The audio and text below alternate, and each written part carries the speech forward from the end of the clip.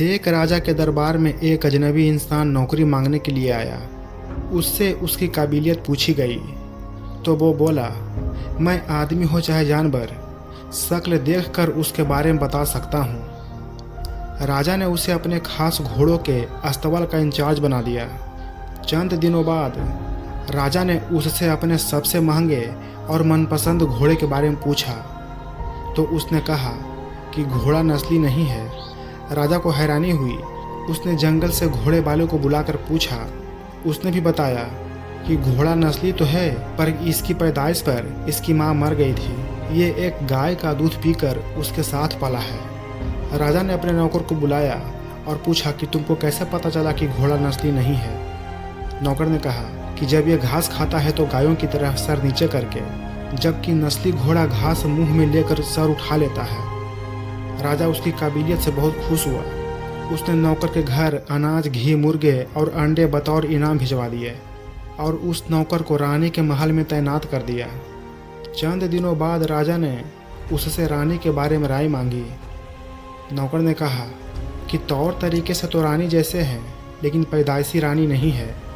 राजा के पैरों तले जमीन निकल गई। उसने अपनी सास को बुलाया, मामला उसको बताया।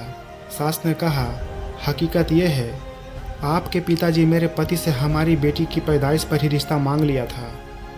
हमारी बेटी 6 माह में ही मर गई थी, लिहाजा हमने आपके रजवाड़े से करीबी रखने के लिए किसी और की बच्ची को अपनी बेटी बना लिया। राजा ने फिर अपने नौकर से पूछा, तुमको कैसे पता चला कि ये पैदाइशी रानी नहीं है? नौकर ने कहा, रानी साहिबा का नौकरों के साथ सुलूक गवारों से भी बुरा है। एक खानदानी इंसान का दूसरों से व्यवहार करने का एक तरीका होता है जो रानी साहिबा में बिल्कुल नहीं है। राजा फिर उसकी परखी नज़रों से खुश हुआ और बहुत से अनाज, भेड़ बकरियां बतौर इनाम दी। साथ ही उसे अपने दरबार में तैनात कर दिया। कुछ वक्त गुजरा। राजा ने फिर नौकर को बुलाया और अपने बारे में पूछा। नौकर ने कहा कि जान की सलामती हो तो कहूँ। राजा ने वादा किया। नौकर ने कहा, न तो आप राजा के बेटे हो और न ही आपका चलन राजाओं वाला है। राजा को बहुत गुस्सा आया, मगर जान की सलामती का वचन दे चुका था। राजा सीधा अपनी माँ के महल पहुँचा। माँ ने कहा, यह सच है, तुम एक चरवाहे के बेटे हो। हमारी औलाद नहीं थी तो तुम्हें गोद लेकर हमने पाला। राजा ने नौकर को बुलाया और पूछा, बता तुझे कैसे पता चला?